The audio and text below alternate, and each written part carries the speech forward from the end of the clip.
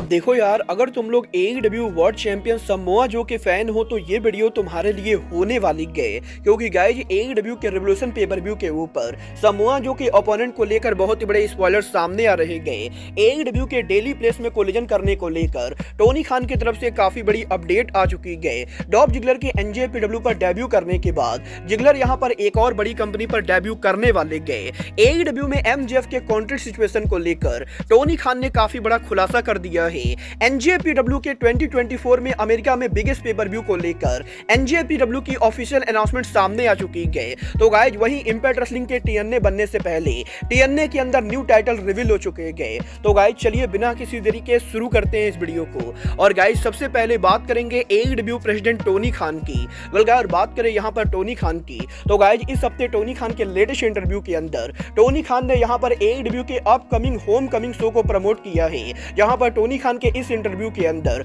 Tony Khan ने इस चीज को कंफर्म कर दिया है कि AEW के इस हफ्ते जैक्सनविल डेली प्लेस अरीना में डायनामाइट के रिटर्न होने के बाद Tony Khan in future AEW के कोलिजन शो को भी डेली प्लेस अरीना में कराने वाले गए। और गाइस पिछले 4 सालों में AEW के काफी सारे डायनामाइट और Rampage show Daily Place arena में होने के बाद टोनी खान बहुत ही जल्द इसी अरीना के अंदर AEW के कोलिजन शो को भी लाने वाले गए। गाइस टोनी खान के इसी इंटरव्यू के अंदर जब यहाँ पर टोनी खान से AEW के वर्ल्ड चैंपियन MJF को लेकर बात की गई, तो गाइस यहाँ पर टोनी खान का ये कहना है कि वो यहाँ पर MJF को लेकर गारंटेड कुछ भी नहीं बोल सकते गए, क्योंकि गाइस AEW के अंदर MJF का AEW कॉन्ट्रैक्ट एक्सपायर हो चुका है और AEW कंपनी के अंदर MJF न्यू कॉन्ट्रैक्ट साइन करेंगे या नहीं, इसको लेकर टोनी खान अभी कुछ भी नहीं दे सकते गए। बट गाइस डेफिनेटली यहाँ पर टोनी खान ये कहना चाहेंगे कि MJF आर्गुएबली AEW कंपनी के बिगेस्ट होम ग्रोन सुपरस्टार है और टोनी खान डेफिनेटली आने वाले कई सालों तक AEW कंपनी में MJF को रखना चाहेंगे। गाइस जिस तरीके से खान ने इंटरव्यू के अंदर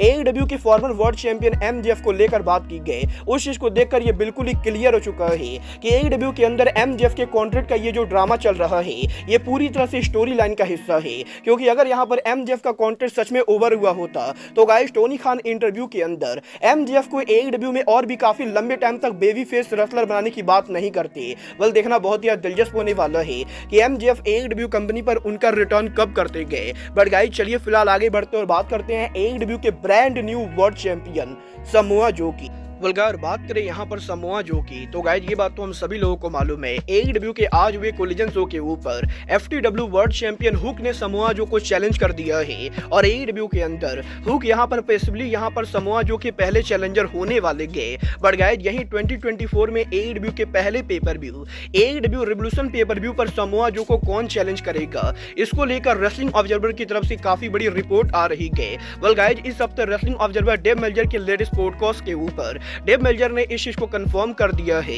कि AEW के रिवोल्यूशन पेपर व्यू पर जो रेसलर समोआ जो को चैलेंज करने वाला है वो और कोई नहीं बल्कि स्वर्व स्टिकलैंड होने वाले गए। और गाइज यहाँ पर करंटली AEW के प्लान्स के हिसाब से समोआ जो AEW के रिवोल्यूशन पेपर व्यू के ऊपर स्वर्व के खिलाफ उनके टाइटल को डिफेंड करेंगे। और गाइज यहाँ पर आने वाले टाइम के अंदर स्वर्व स्टिकलैंड को AEW कंपनी बेबी फेस के तौर पर प्रेजेंट करने वाली है। देखना बहुत ही दिलचस्प होने वाला है कि AEW के रिवोल्यूशन पेपर व्यू के ऊपर अगर यहाँ पर सच में स्वर्व और समोआ जो का मैच होता है तो गाइस स्वर्व यहाँ पर समोआ जो को हरा के AEW के न्यू वर्ल्ड चैंपियन बनते हैं या नहीं। बट गाइस चलिए फिलहाल आगे बढ़ते और बात करते हैं TNA रेसलिंग के न्यू टाइटल की। गाइस ये बात तो हम सभी लोगों को मालूम है, अब से यहाँ पर मात्र एक हफ्ते के अंदर इंपैक्ट रेसलिंग दोबारा से TNA बनने वाली गए। और गाइस अब जबकि इंपैक्ट रेसलिंग दोबारा से TNA बनने वाली गए तो गाइस यही इस कंपनी के अंदर इंपैक्ट रेसलिंग सारे टाइटल्स को चेंज कर रही गए। और गाइस इसकी शुरुआत आज यहाँ पर इंपैक्ट रेसलिंग करने वाली गए। गाइज आज रात के ऊपर इंपैक्ट रेसलिंग उनके कंपनी का न्यू टाइटल रिवील करना शुरू करेगी। और गाइज यहाँ पर जब तक इंपैक्ट रेसलिंग TNA नहीं बन जाती गए तब तक यहाँ पर इंपैक्ट रेसलिंग डेली बेसिस के ऊपर रोज यहाँ पर नया नया टाइटल रिवील करने वाली गए। और बात करें अगर यहाँ पर इन टाइटल्स प्लान की, तो गाइज मैं आपको बता दूं आज रात को TNA रेसलिंग उनके पहले टाइटल को रिवील करेगी, जहां पर आज रात को TNA रेसलिंग की तरफ से हमें यहाँ पर टीएनए रेसलिंग का brand new x division championship देखने को मिलेगा, जहां पर आज रात को टीएनए के न्यू एक्स डिवीजन टाइटल के रिवील होने के बाद कल यहां पर 8 जनवरी के ऊपर टीएनए रेसलिंग यहां पर brand new tag team championship reveal करेगी। तो वहीं टीएनए 9 जनवरी के ऊपर उनका brand new digital media championship reveal करेगी, जिसके बाद की 10 जनवरी के ऊपर टीएनए उनका brand new world championship reveal करेगी और फिर यहां पर 11 जनवरी के ऊपर टीएनए उनका brand new knockout world championship reveal करेगी और फाइनली यहां पर 13 जनवरी के ऊपर टीएनए रेसलिंग उनके पहले शो के ऊपर उनके brand new knockout world tag team championship reveal करेगी। और गाइस बेसिकली आज रात से लेके 13 जनवरी तक जब तक टीएनए रिटर्न नहीं होती गए, डेली बेसिस पर टीएनए उनके न्यू टाइटल्स को रिवील करने वाली गए।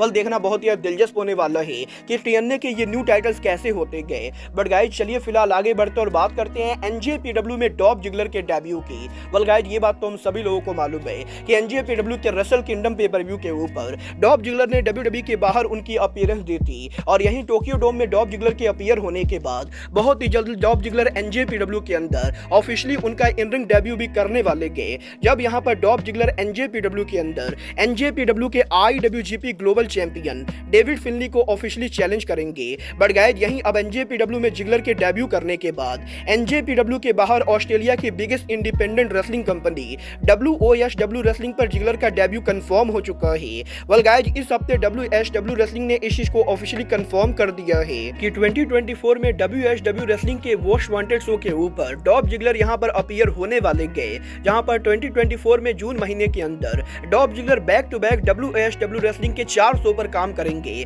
और गाइस यहां पर 28 जून को फ्राइडे नाइट के ऊपर डॉल्फ जिगलर के यहां पर WOSW रेसलिंग पर डेब्यू करने के बाद जिगलर यहां पर 29 जून, 30 जून और 1 जुलाई के ऊपर बैक टू बैक 4 दिनों तक लगातार काम करने वाले गए। वेल गाइस देखना बहुत ही दिलचस्प होने वाला है कि डॉल्फ जिगलर के टोक्यो डोम में डेब्यू करने के बाद जिगलर यहां पर और किन किन इंडी कंपनी पर काम करते गए और गाइस AEW कंपनी के अंदर डॉल्फ जिगलर का ऑफिशियल डेब्यू कब होता है। बट गाइस चलिए फिलहाल आगे बढ़ते और बात करते हैं एनजेपीडब्ल्यू के अमेरिका में अब तक के बिगेस्ट पे पर व्यू की। वेल गाइस ये बात तो हम सभी लोगों को मालूम है, एनजेपीडब्ल्यू ने अमेरिका में उनका लास्ट बिगेस्ट पे पर व्यू 2019 के अंदर किया था, जब यहां पर एनजेपीडब्ल्यू कंपनी ने मेडिसन स्क्वायर गार्डन को सोल्ड आउट किया था। और अब यहां पर करीबन 5 सालों के बाद एनजेपीडब्ल्यू फाइनली एक बार फिर से अमेरिका के अंदर एक बहुत ही बड़ा शो करने वाली गए, जहां पर एनजेपीडब्ल्यू ने इस चीज को कंफर्म कर दिया है कि एनजेपीडब्ल्यू स्ट्रॉन्ग हिस्ट्री के अंदर अब तक का एनजेपीडब्ल्यू बिगेस्ट पे पर व्यू इस बार शिकागो एरिया के अंदर करने वाली गए। और गाइस यहां पर एनजेपीडब्ल्यू कंपनी अप्रैल महीने के अंदर